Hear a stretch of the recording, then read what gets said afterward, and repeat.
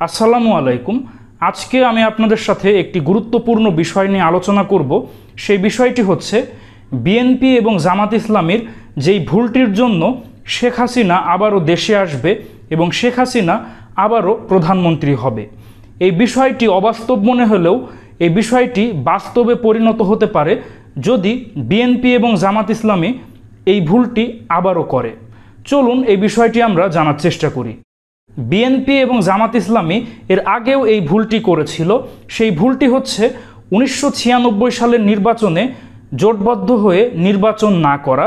সে নির্বাচনে বিএনপি এবং জামাত ইসলামী আলাদাভাবে নির্বাচন করেছিল, যার ফলে সেখানে আওয়ামী লীগ ব্যাপক একটা অ্যাডভান্টেজ পেয়েছিল, যার ফলে আওয়ামী লীগ সেই নির্বাচনে খুবই অল্প ব্যবধানে জয়ী হয়েছিল।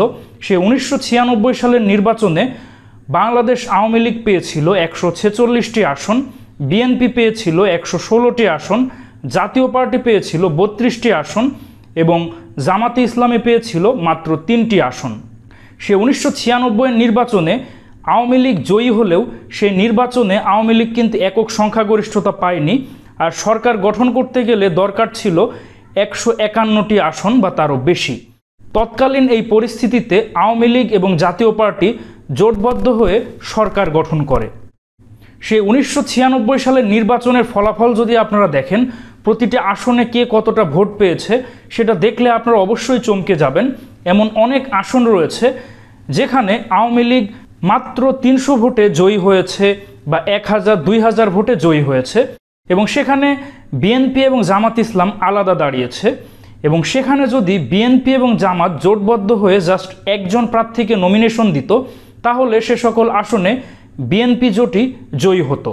তো সেখানে বিএনপি এবং জামাত আলাদাভাবে দাঁড়ানোর জন্য সে সকল আসনে ভোট বেশ পরিমাণ ভাগাভাগি হয়ে যায়।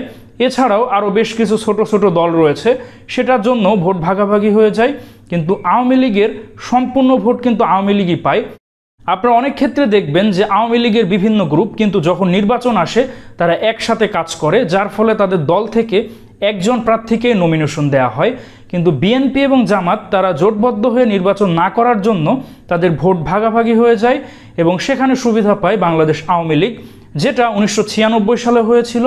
এবং সেই 1996 সালের নির্বাচনে আওয়ামী লীগ দীর্ঘ 21 বছর পরে আবারও ক্ষমতায় আসে।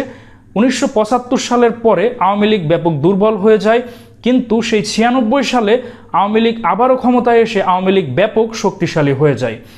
কিন্তু যতবার বিএনপি এবং জামাত ইসলামী জোটবদ্ধ হয়ে নির্বাচন করেছে ততবারই বিএনপি বিপুল পরিমাণে জয়ী হয়েছে। যেমন 1991 সালে বিএনপি এবং জামাত ইসলামী জোটবদ্ধ হয়ে সরকার গঠন করে এবং সর্বশেষ 2001 সালে বিএনপি জামাত জোট বিপুল ভোটে জয়ী হয় এবং সেই 2001 সালের নির্বাচনে বিএনপি পায় 193টি আসন, আওয়ামী লীগ পায় মাত্র 62টি আসন, জামাত ইসলামী পায় 17টি আসন। এছাড়া জাতীয় পার্টি এবং আরও ছোট ছোট দল আরও বেশ কিছু আসন পায়। তাহলে এবার আপনারা চিন্তা করুন, 1996 সালে আওয়ামী লীগ যখন ক্ষমতায় আসে তখন কত আসন পায়, আর 2001 সালে যখন বিএনপি ক্ষমতায় আসে তখন কি পরিমাণ আসনের পার্থক্য।